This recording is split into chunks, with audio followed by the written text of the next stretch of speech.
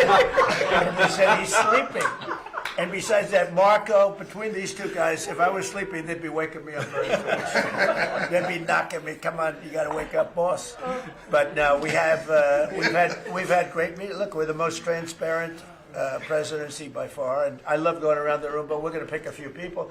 I think I would like to ask Steve if he could just give us a brief description of how well we're doing in the Middle East, because we have peace in the Middle East now. There's a couple of little minor flames that we put out very easily. And very importantly, we got our last hostage back, which is incredible. Unfortunately, this was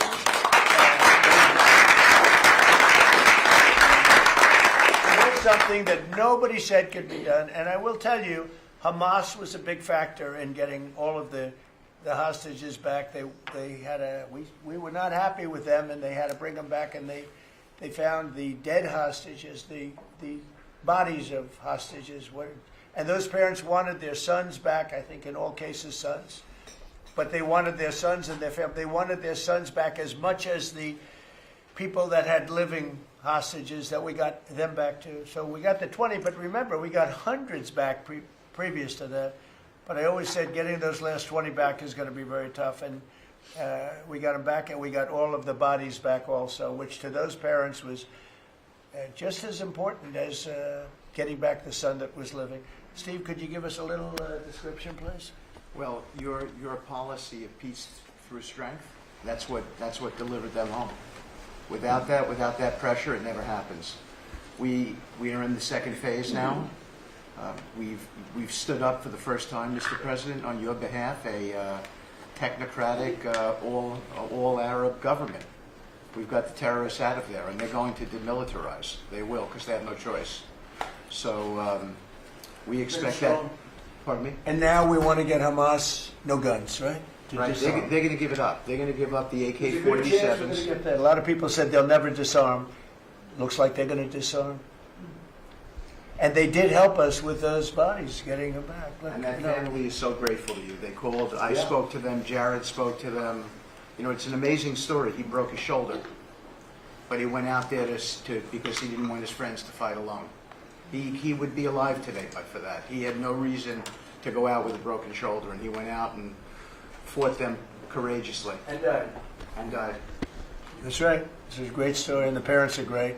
They were the only ones who didn't, they came back pretty rapidly, actually, considering. And we had got some back initially with the initial group. After that, we had to get a lot. That's a tough job. That's a nasty job, too. Who would want that one? That's a nasty job. And between Israel and Hamas working together, if you can believe it, they got them back. And we got the last one back yesterday, and the parents are so happy. It's amazing, actually, how we sent a message to the parents on your behalf, as you suggested, and they were so grateful. I guess grateful to me is a much better word, because it's hard to be happy, but they were actually. I mean, they couldn't believe that they had their baby boy. The mother said, my baby boy back. It's a very terrible thing. Steve, Russia, Ukraine, we've making a lot of progress. Could you explain that? The Ukrainians actually said that we've made more progress since Geneva than they've seen in the last 4 years of that conflict.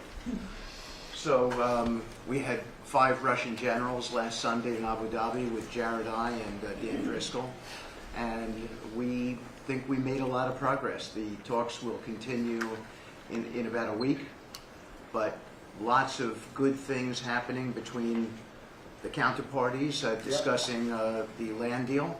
They're talking together.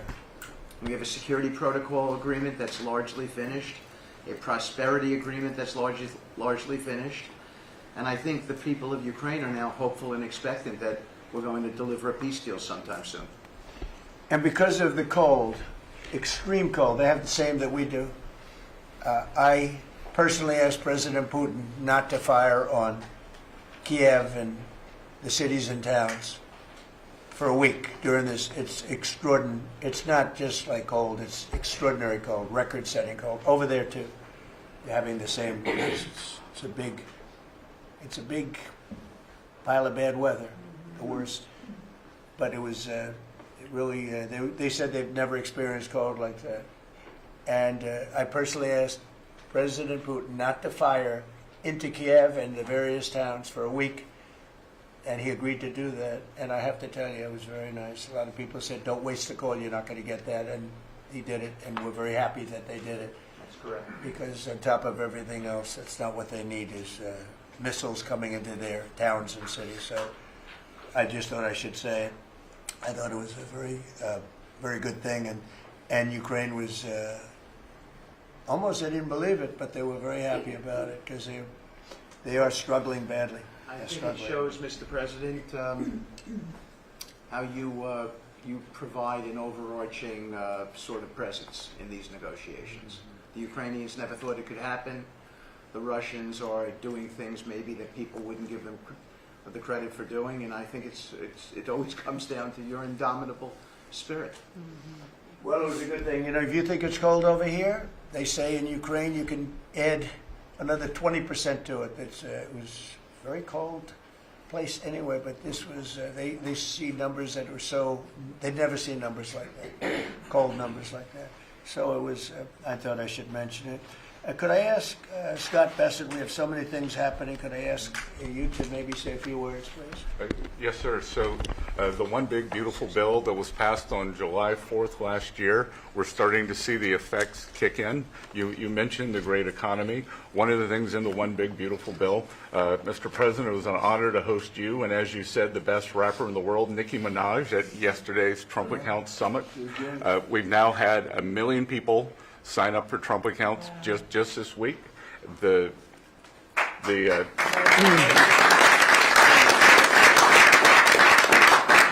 think there'll be 25 million families who are eligible.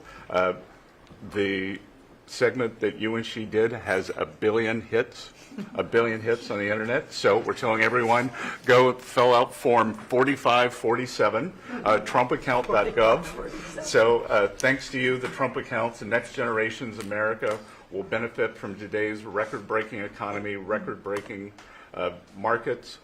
Sir, when we came in, the Biden administration had destroyed the American people with the 3 I's: immigration, inflation, and interest rates. Immigration, check, you close the border. The inflation, as we've heard, back down to target. Prices are coming down. And interest rates, we hope there's more on the way.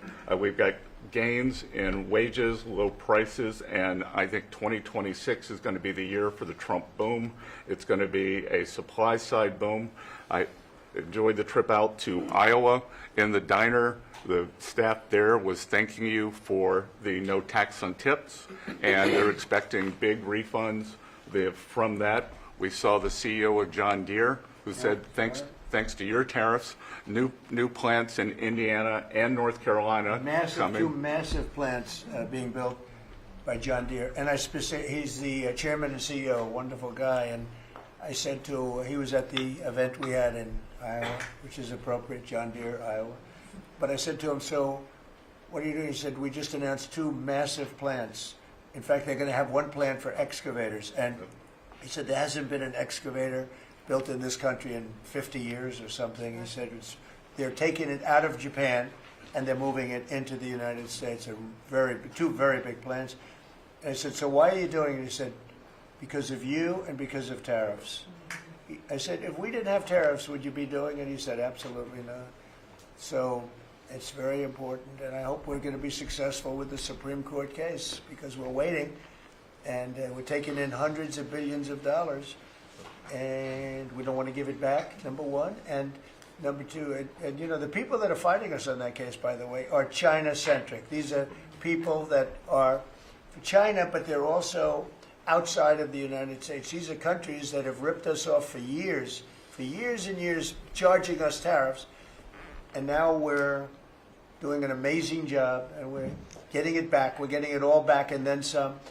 And they're the ones that are leading that lawsuit that we have in front of the United States Supreme Court. So it's a very important lawsuit for our country, and hopefully it's going to work out. We're waiting a long time, but hopefully it's going to work out. We've taken in hundreds of billions, even trillions of dollars, and certainly we've taken in trillions of dollars of, you know, a big part of that $18 trillion that's coming in is because of tariffs. They're coming in, they're building because they don't want to pay the tariff, The tariffs are very, steep. They could be much steeper. You probably saw I put out a truth today, and the tariffs could be much steeper. We've been actually very nice about it. But even being nice about it, we've taken in hundreds of billions of dollars. And honestly, they've given us tremendous national security.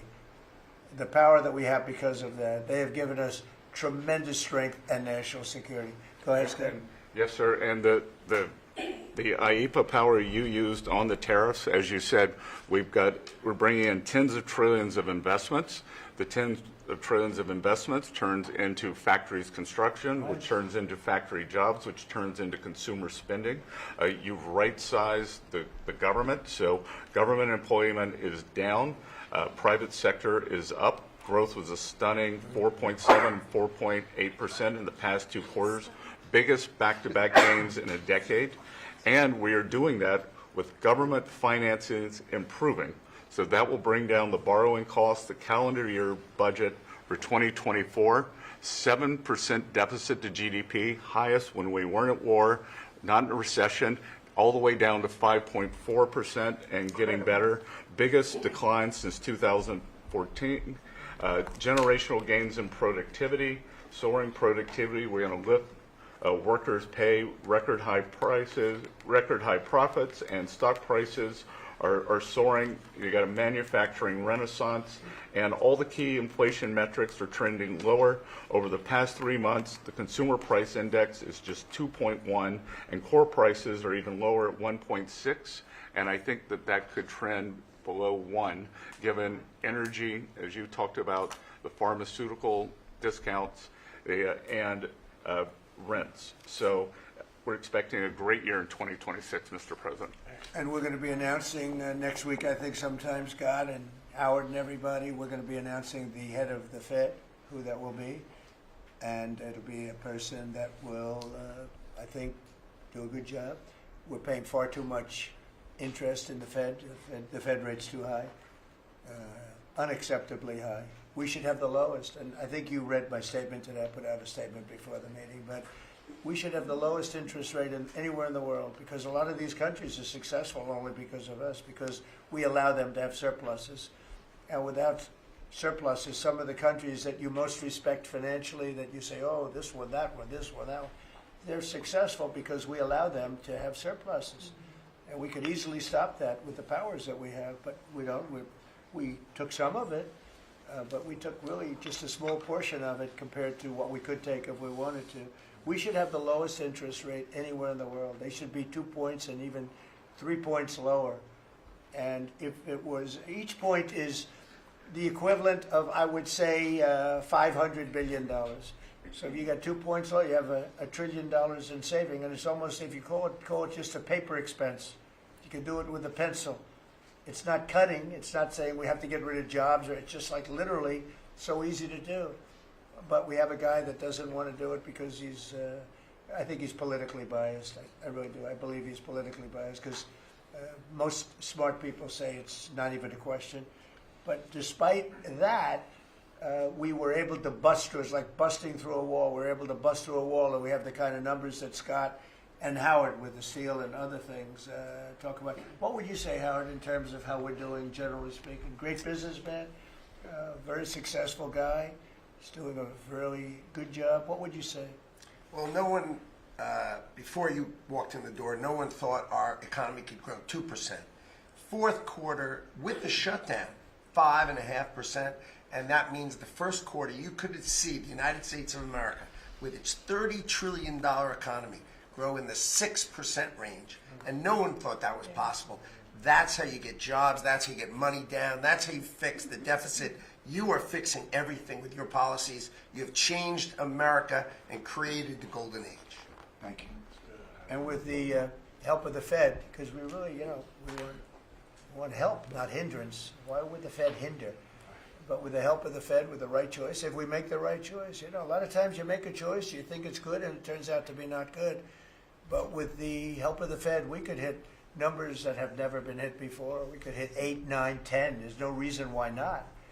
And, I talk about, if you go back 20 years, 25 years, I'm old enough to remember, when we had good news, when you announced good news, the stock market went up. You announce anything good, the stock market went up. You announce bad, the stock market went, and that's the way it should be. But now it's over the last 15 or so years. If you announce good news, that means they're going to raise interest rates because they want to kill it. So you can never really be that successful because you announce all record numbers, great, because they're afraid of inflation. But growth doesn't have to have any impact on inflation. It can make inflation go down in many cases. So, and you've seen that with us. I mean, we're growing at a much faster rate than anybody thought was possible. We have very controllable inflation. With Biden, we were getting killed, and we had the worst inflation in 48 years in history, in the history of our country. And that's with going down. So growth is a great thing. It doesn't mean inflation. And I want to go back to a system where when we announce good news, they say that's great. We can lower interest rates instead of raise interest rates. And by the way, if inflation comes, we'll take care of it when it comes. But, you know, they're trying to guess it, and they're trying to get it 10 years before in advance. And, you know, we want to make this country greater than ever before, and I think we're doing that. But we want to make it that when we announce great news, everything goes up. If we announce bad news, that happens too. We bring it down, and we control, and we do what we have to do. But we can have numbers in the upside like nobody's ever seen before. I want to ask Bobby to say a few words, if he would, about some of the incredible things that we've been doing in your department with Oz and everybody else. Mr. President, we're in the process of implementing your great healthcare bill, which is going to increase affordability, drive down costs, and increase the quality of healthcare for every American. You mentioned MFN, Most Favored Nation. We now have agreements with 16 of the 17 drug companies. And you asked us to do something. You know, Clinton had promised to do this, Biden had promised to do this, Obama, Bush had all promised to do it. None of them succeeded. It was regarded as impossible, and you made it 10 times harder. As you said, not only do I want MFN, but I want them to all reshore their production to this country. And they don't have any money to do it because we've taken it all from them. And I want to make sure we continue to lead the world in innovation. We succeeded in all of those goals. And the proof that we did that is after we signed those agreements, the stock prices for those companies went up $1.3 trillion. Amazing. And they are reshoring. Eli Lilly is building 6 new plants, including an API plant.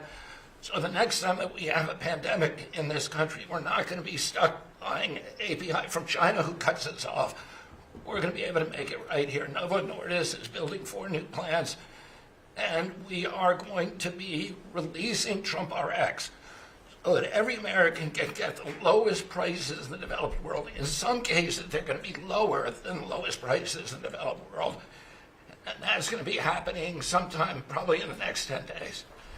So we're doing rural health care. We sent out $10 billion last week. The states have that money.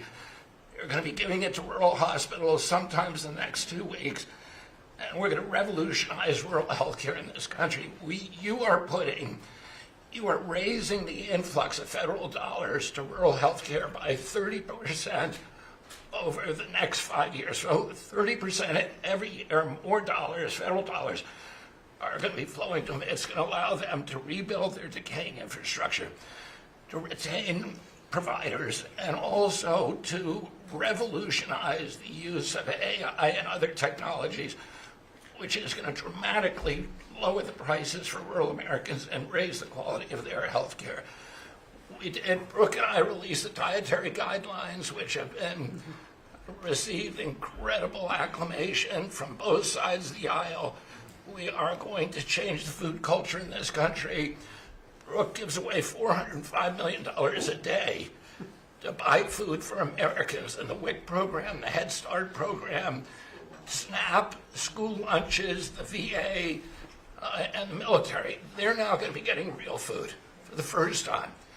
And Brooke came up with the ingenious idea of requiring every store in this country that accepts food stamps to double the amount of real food that they're selling. And this is going to drive changes in the market. and it's going to lower the cost of meats, of proteins, of whole grains, of fruits and vegetables, so that every American will have in their reach an affordable meal that actually is real food. 70% of American kids now are, 70% of the diet of American kids is now ultra-processed foods. That's why we're spending $5 trillion in treating chronic disease in this country every year. We are attacking fraud. We have Oz finding hundreds of billions of dollars of Medicaid, Medicare fraud in states like Minnesota and California, and we are clawing back that money. We also accomplished something that every American has promised, which is prior authorization. Now we have 80% of the insurance industry that has agreed to eliminate prior authorization in almost all of their procedures. So that this is going to dramatically change the experience of every American with the healthcare system. When you go to your doctor at your point of care, before you leave that office, you will know whether the insurance company is going to pay for the procedure or not. And that is going to, as I said, change the experience. We're also doing price transparency, which you asked during your first term. It never got implemented because the Biden administration never enforced it. We brought more enforcement actions against hospitals than in this 1 year, and the Biden administration brought in 4 years, and we're doing a crackdown so that every American, when you go to a restaurant, you look at the prices before you buy the meal. You ought to be able to do that when you go to a hospital, and by the time that we leave office, every American is going to have that guarantee.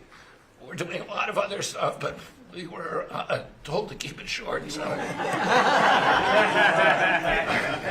And the autism that's moving along, really, is that?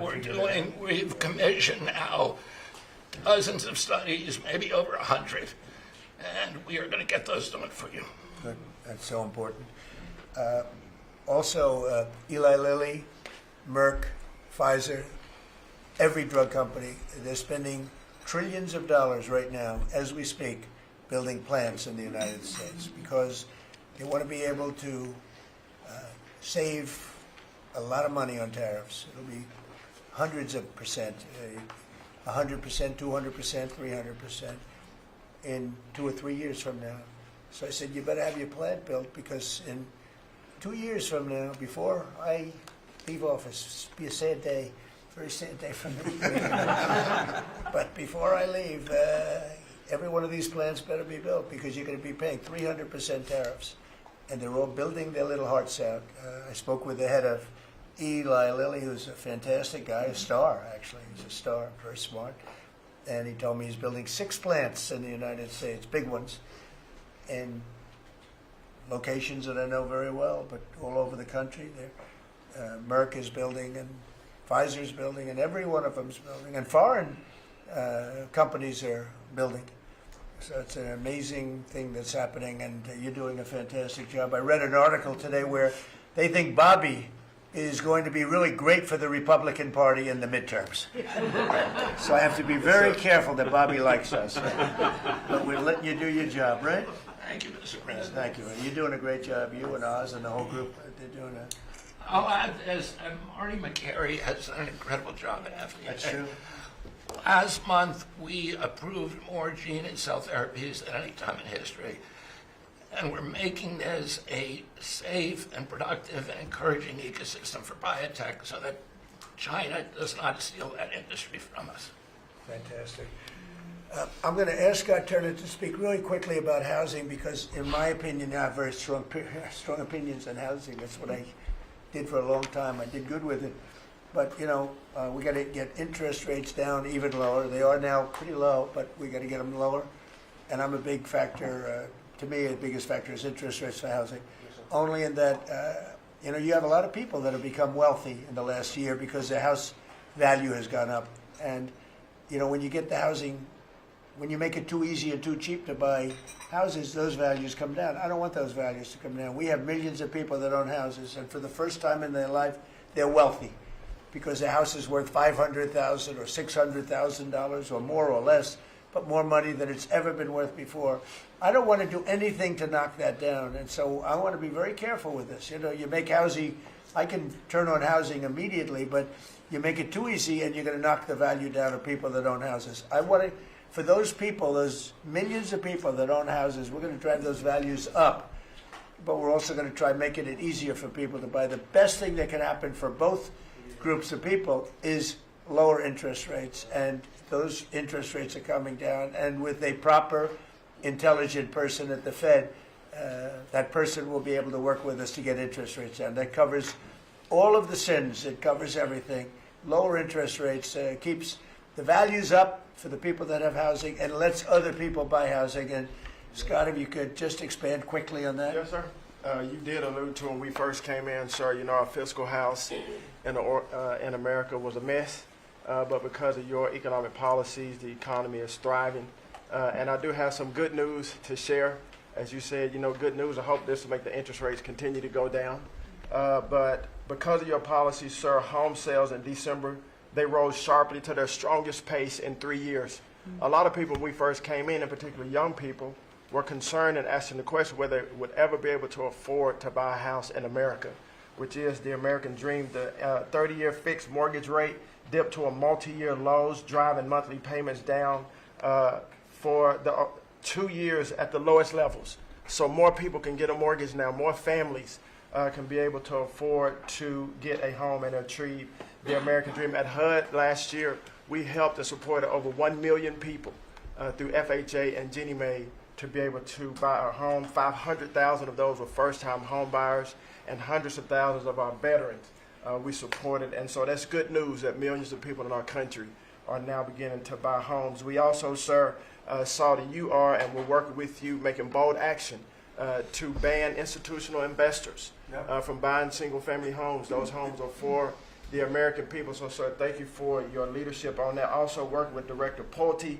over at FHFA to buy $200 billion worth of mortgage-backed securities, driving down even more the cost to get a home. And so we're grateful for those actions. Also, the One Big Beautiful Bill has been tremendous, making the low-income tax credit increase, working with Secretary Bessent at Treasury to produce more projects and more homes in America. And the One Big Beautiful Bill also made our beloved opportunity zones permanent. And the media doesn't talk about opportunity zones very much, but I'll do it today because I know that they have been transformative in our country. Over 1 million people lifted out of poverty, sir, in opportunity zones, 300,000 new units of housing in opportunity zones, and a 3.4 increase in the value of houses. By the way, we have to give him credit. Senator, he's a great guy. Tim Scott came to see me, first administration, first term, and he had this idea for opportunity zones. And he gave me the idea. We did it. We implemented it. It's one of the most successful programs in the history of our country, and nobody talks about it. The press doesn't talk about it. But I want to just tell you, Tim Scott, Senator, South Carolina, did a great job, right? Did a wonderful job, yes, sir. Did a good job. He's a good man. Yes, sir. And so those have been made permanent now. Will help millions of Americans to be able to afford to buy homes. Also, the One Big Beautiful Bill has been allowing HUD to make sure, working with the Department of Homeland Security, that every person that lives in HUD-funded housing is an American citizen. A blind eye has been turned prior to us being here to people living in HUD-funded housing, but no more. We're going to take account and transparency to make sure. And so there's a lot of crime that goes on in public housing, but we're coming after the criminals and making sure that everybody in there is an American citizen. So thank you for your support. We are now have taken possession of our new building in Alexandria, and we're going to save the American taxpayers hundreds of millions of dollars. So, sir, thank you for your support and your leadership. Thank you, Scott. Great job. Appreciate it. One of the things Scott said, though, is, again, existing housing, people that own their homes, we're going to keep them wealthy. We're going to keep those prices up. We're not going to destroy the value of their homes so that somebody that didn't work very hard can buy a home. We're going to make it easier to buy. We're going to get interest rates down. But I want to protect the people that for the first time in their lives feel good about themselves. They feel like they've, that they're wealthy people. And I want them to understand it. There's so much talk about, we're going to drive housing prices down. I don't want to drive housing prices down. I want to drive housing prices up for people that own their homes. And they can be assured that's what's going to happen. Chris, could you say a few words about energy, please? You bet, Mr. President. I can say with confidence that your energy dominance agenda is firing on all cylinders. United States oil production today is greater than Saudi Arabia and Russia combined, the number 2 and number 3 producers. Our natural gas production today is greater than Russia, China, and Iran combined, the 2nd, 3rd, and 4th largest natural gas producers. Huge production in the United States.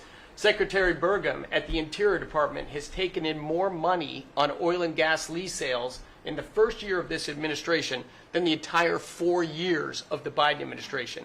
And beyond oil and gas, 6 new coal leases under this first year of this administration from the Interior Department, and coal production is growing again in the United States after years of decline. And this beautiful clean coal was the MVP of the huge cold snap we're in right now.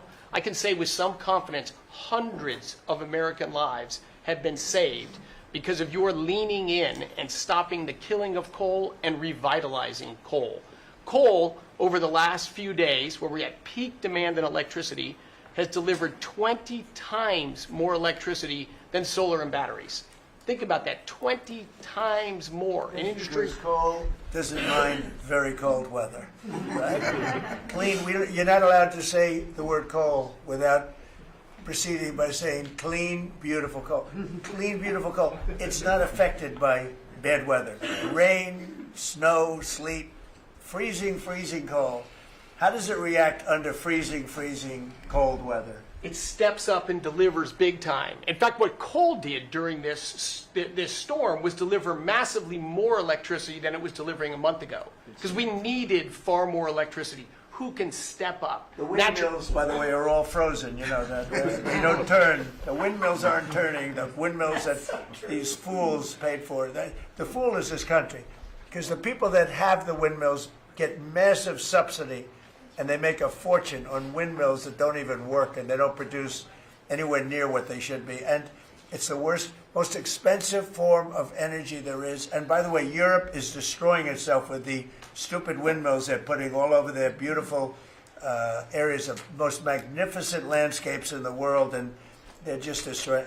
Europe better get smart. Between immigration and energy, they're destroying. It's not recognizable. They've got to smarten up before it's too late. Please go ahead. Yeah, in New England, with somewhat European energy policies, at peak demand time, very cold in New England, wind, solar, and batteries that you were just speaking of delivered less than 3% of the electricity needed at peak demand time, and that's when it matters. Because if electricity goes out when it's very cold, people die. Over 200 people died in a smaller cold snap during the Biden administration. This was massively larger geographically. We've had no failure of the electricity grid, no failure of long-distance transmission lines. Local distribution lines have iced up and come down, and we have people from all over the country working to get those back up because people need their lights back on. But your energy policies delivered just a dramatically different outcome for the American people. If we'd continued the Biden-era policies for one more year, continued to shut down coal plants, continued these crazy climate restrictions that wouldn't even let power plants run at maximum demand time, we hadn't liberated all the backup generators that are sitting there. We gave up an emergency approval, So a lot of run those everything. plants that were going to close, coal plants that were modern and good and threw off very little problem, and that were really powerful. You know, by the way, China does most of everything they're doing with coal. Not that we want to copy anybody, but you know, they make the windmills, but they don't have a lot of wind farms. Somebody ought to look at that. How many wind farms do they have? Very, very few. They make them, they sell them, they make a fortune, but they don't use them.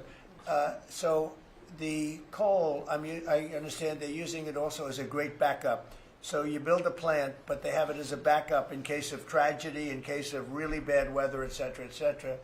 They actually store coal on the site of other plants so that if they need emergency energy, the coal is always going to be there, whereas other things aren't. Is that correct? Exactly. Coal just stepped up here to 25% of our electricity during this high demand time. Natural gas, coal, and nuclear, they are what run the American electricity grid. The others are ornaments and often expensive And you ornaments. stopped plants from being demolished, right? 17 gigawatts of coal generation plants were slated to close last year that were stopped from being closure by this And if they administration. were closed, we would be really tight on energy. We would have had significant blackouts at these peak cold times, and extrapolating from the last storm during the Biden administration, I think at least hundreds of deaths. Because in the South, a lot of heating is done with electricity generation. If those grids go down, people die. So these, and when you're going back to the Working Families Tax Cut Act, or the One Big Beautiful Bill, that got rid of $500 billion of subsidies, energy subsidies, that do nothing but make energy more expensive and less reliable. And under this administration, we've spent massively less on energy, and we've delivered massively more on energy. And when you have more energy of lower prices. It's a fantastic job. You and Doug. Doug said, you got to get this guy, Doug. You got to get this guy, Chris, Wright, and get him as soon as you can. I said, but I want you to run energy. He said, well, I'm good at it, but he's better, right? Didn't you tell me that? So I gave him the land, I gave you the energy, right? And it's a great combination. I mean, they literally have, I said, maybe we'll merge it in some way. They said, we don't have to. We get along. They work together, right, with the land. He's got the land and the energy. He's got the knowledge to take it out. It's been a good combination. This administration, the whole administration, and your leadership has been very focused on energy, because we can push down energy prices, we can lower costs on Americans, and we can raise wages by bringing jobs and opportunities here. It is a transformation of American energy. Thanks for your leadership. He's one of the most respected people in the energy world. And Doug told me about Chris Wright. They said, if you could get him, what he gave up to do this job, you're making a little less money, but that's all right. You don't care. What you're doing is fantastic. But he said he's the best in the world. Other people have told me that. The heads of the biggest companies have told me that. And it's really panning out to be so. We appreciate it very much. It's great. One of the things we're doing with energy, I think that's so important. We have an old grid, been around a long time, and not really, can't be much expanded. It can be fixed up a little bit, but can't be much expanded. And we have some plants that are so big that the grid would never be able to hold it. We're allowing them to build a electric producing plant, mostly electric, but they can use nuclear to do it, they can use oil and gas, they can use coal, they can use whatever they want. I think many are choosing oil and gas because it's there, it's tried, it's true, it's plentiful, it's inexpensive. Some are going nuclear, some are going both. Many are going all three. But the plants, you read, well, how do we ever fire those plants? Because to do this, we need 2 times the electricity we produce in 1 year for the entire country, which is almost hard to believe. These buildings are so big. They're going up now. So I did something that nobody thought was possible also. When they build their building, they build their own electric generating plants. And we are seeing some of the most incredible designs you've ever seen. So we don't need the grid. I read an article in the Wall Street Journal saying, oh, we're falling behind China. We're not actually. We're leading everybody because I'm letting them build. The government would never be able to do that. Now, China's a different kind. They build, they do things that you got to hand it to them.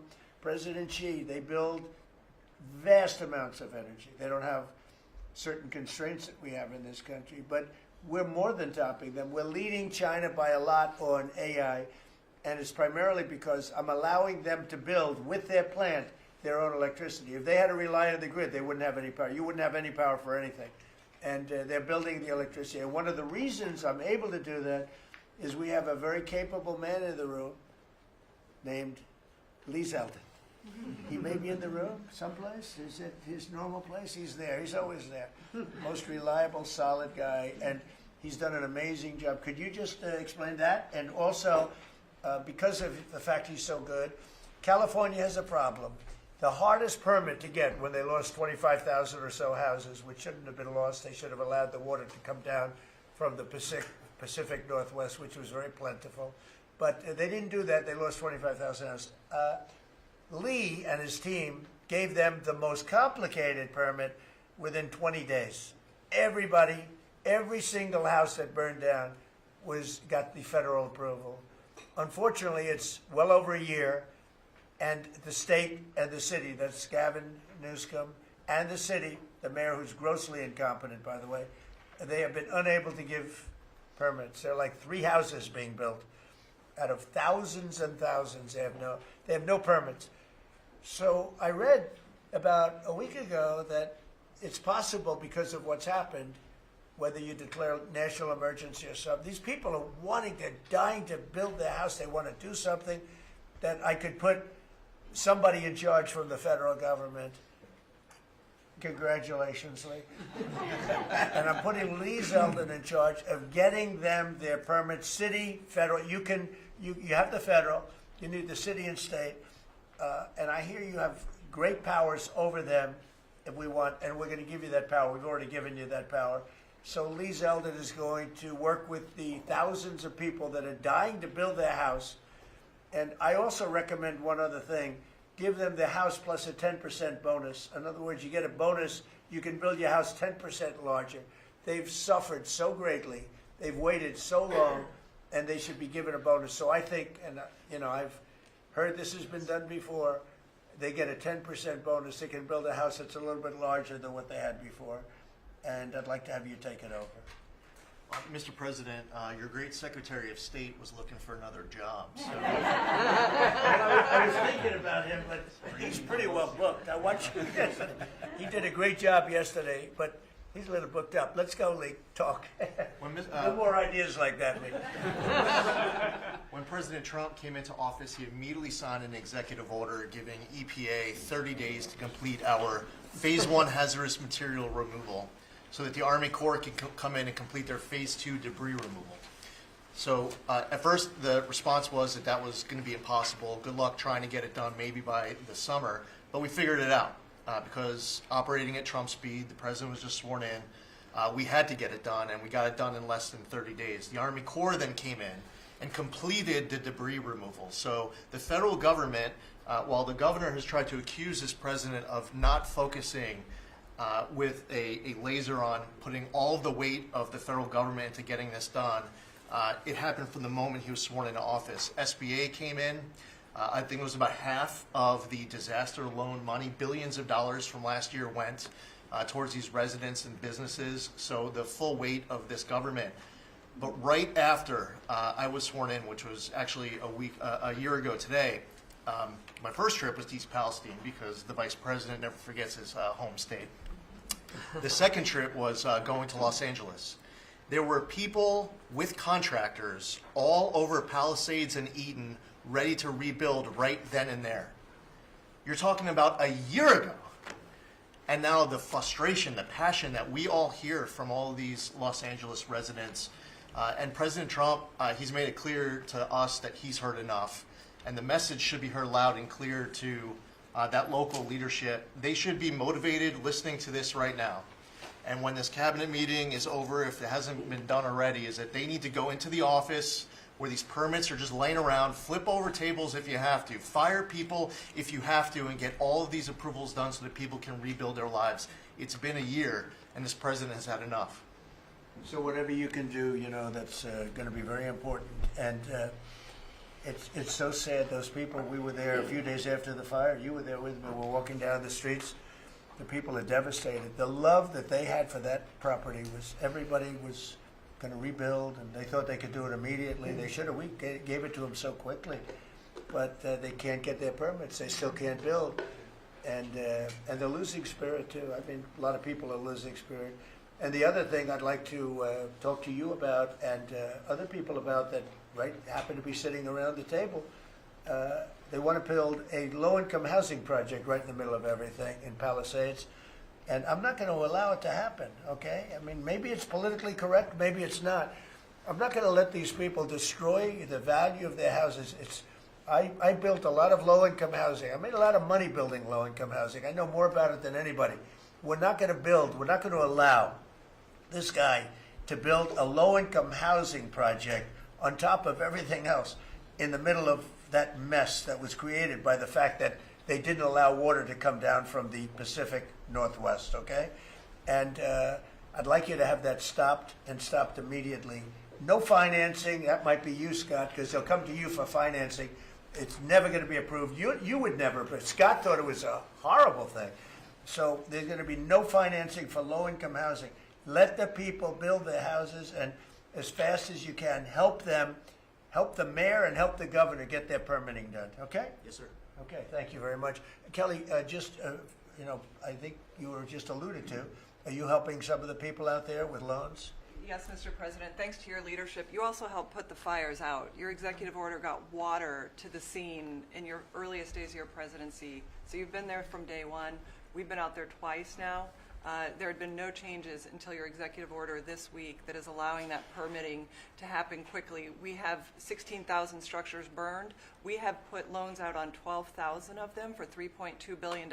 More than half of all the disaster money delivered in America went to that area. Now, because of the abject leadership, the failures of Gavin Newsom, they have not been able to rebuild. Because of your leadership, they're going to be able to rebuild. But that's not all you've done. They'll take the credit for it. Watch, it'll start, and they'll take the credit. Look at the great job we did. They would never. It wouldn't get built in 20 years, and it will be destroyed by building low-income housing next to luxury housing. History says that doesn't work too well. Go ahead. We're going to make sure that doesn't happen, Mr. President. Please. But under your leadership, you've ended at least 8 wars, okay? But probably the most important and underreported war that this president ended was Joe Biden and the Democrats' war on Main Street and hardworking families. We've seen it as I've gone across the country this month, 10 different states, and we saw it when we were together in Iowa. Hardworking families, farmers, small businesses expressing gratitude, lined up to thank you. I was out with our great vice president last week in Toledo, Ohio. They are thanking this administration for getting Main Street back. The Trump tax cuts, the tariffs, deregulation, it's all rocket fuel for hardworking families in Main Streets. And I see it whether it's talking about small business expensing, 100% accelerated from Made in America factories, the 20% pass-through, but it's also working families where they have expanded child tax credits, increased standard deductions, permanent low-income tax rates, health savings accounts, Trump accounts. This president is delivering for Main Street. It's the most underreported story in this country. And I see it in Main Street businesses. All-time small business confidence hit a record under this president last year after the Trump tax cuts. All-time small business formation now at 36 million small businesses and a record $100 billion out from SBA because a record number of people want to invest in this country and hire. And whether I've talked to manufacturers about tariffs, they know that this president is bringing manufacturing back, just like Prince Manufacturing in Macon, Georgia. 500 employees machining parts for our defense, our agriculture, our automotive, our aerospace industry. They're going to hire 500 more people this year because of tariffs, because of the Trump tax cuts, and because of SBA lending. And I see this state after state as I've gone across the country, talked to hundreds of business owners, walked dozens of factory floors. This is not being covered, but it's going on in America. The number one problem is they need skilled workers. And this is something I'm working on with Secretary Chavez-Jurema. I'm working across the administration to ensure that we empower our small businesses. 98% of our manufacturers meet the small business definition. So Ford has 5,000 small manufacturing suppliers. The $18 trillion you brought in is creating an economic boom like none we've ever seen before. We are going to have 7% GDP growth. GDP now is probably underestimating where it is in 4Q, but with interest rates going down, with regulation going down, these are all taxes on small businesses, and those are going away. And thanks to President Trump, your leadership, we are seeing Main Street boom. Hardworking families have $1,000 already in their pockets, and when they get their $1,000 refund tax, I hope they all remember that every Democrat voted against them getting their tax refunds, because this is what our administration is doing, is powering your incredible economic agenda forward on Main Street. Thank you very much. Great job. I do want to say that on my left, I have a man who's doing a fantastic job, and on my right also, by the way. But we're spending a tremendous amount of time and effort on building our military. We largely rebuilt the military during my first term, fortunately, and we're greatly enhancing it now. We're going to be doing something new. We're bringing back the battleship, and I thought, like you remember the battleships from the great Iowa and Alabama, Missouri, those unbelievable scenes that you see, Victory at Sea. You'd see these incredible ships, and I thought they were powerful, but the battleships that we're building are going to be 100 times more powerful than those beautiful works of art. I mean, they were magnificent, all steel. We have the steel now, and we're going to be doing that as an enhancement. But our military is very, very strong. You may want to say something about the large fleet of ships that's heading over to the Middle East? Well, Mr. President, you had to, like so many other cabinet members have referenced, rebuild the perception of America. And at the Department of War, that meant reestablishing deterrence. What happened in Afghanistan, what happened in Ukraine, a war that never would have occurred, what happened on October 7th in Israel, never would have happened under President Trump. So as a result, we're having to rebuild how our enemies perceive us. And when President Trump said, we're not getting a nuclear, Iran, you won't have a nuclear bomb, he meant it. And we sent those B-2s halfway around the world, and they never noticed.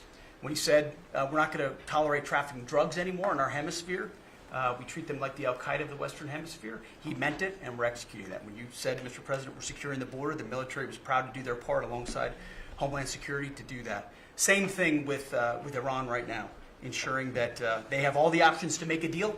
They should not pursue nuclear capabilities. We will be prepared to deliver whatever this president expects of the War Department, just like we did this month. No other military in the world could have executed the most sophisticated, powerful raid, not just in American history, I would say in world history. What those men did going downtown, another country, the most secure place in the most secure base in the middle of the night without anybody knowing until those simultaneous bombs dropped 3 minutes before the helicopters dropped. No other country could coordinate that. No other president would have been willing to empower those warriors that way to be that effective. And that sends a message to every capital around the world that when President Trump speaks, he means business, and we are reestablishing deterrence at the War Department, Mr. President. Thank you. Great job you're doing. Just to finish up on that, the Somalian pirates over the years have pirated, stolen many ships. They would get large amounts of money for the ship. You know, you have $1 billion ship, and the insurance companies didn't want to fight because, you know, some of those ships are very flammable. They're carrying millions of barrels of oil. Very flammable, very dangerous situation if they're shot at. So they wouldn't fight. We notified them a number of months ago. Anybody that does that gets the same treatment as a drug dealer sending their drugs in from Venezuela or anybody else. As you know, it's 97% down by water. So the drugs coming in by sea or by water is down 97%. Now we're also starting. That was the more difficult route. Now we're starting to do that by land also. It will be, you'll see that happen as they come in and kill our people with drugs. I think the real number is 300,000 people a year, not 100, but whatever it is, it's a lot of people, hundreds of thousands of people. They're going to get hit.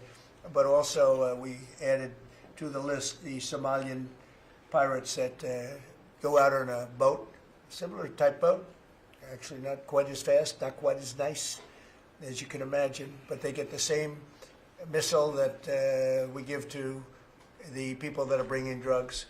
And so far, we haven't seen anybody going out. So the traffic is not being interfered with by people pirating our ships. Not our ships, ships all over the world. I said, make it for any country. We're doing the rest of the world a favor. It's a very effective favor, but we see very little pirating nowadays. You used to have ships being taken every single, like 2 or 3 a week, these massive ships that be brought in to some place in Somalia, which I don't even know is it a country. We have Ilhan Omar left, and then she gives us lectures on the Constitution of the United States.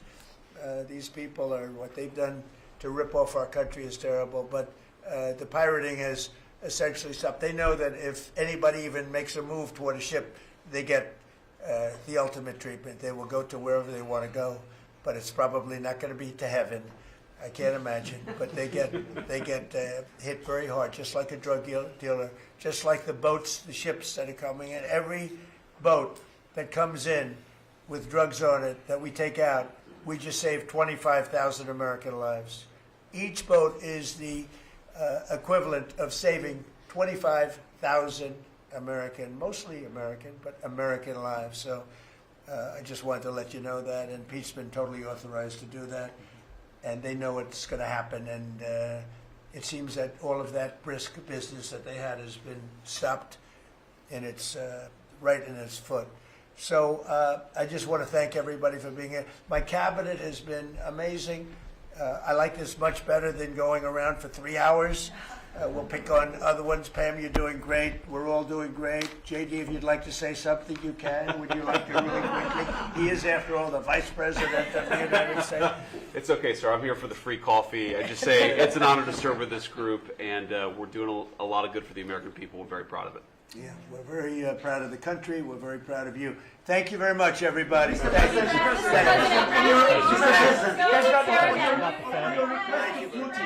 Mr. President, why not take questions? Mr. President, one question. Mr. President, on your request, Thank you. Why not take guys? Thank you.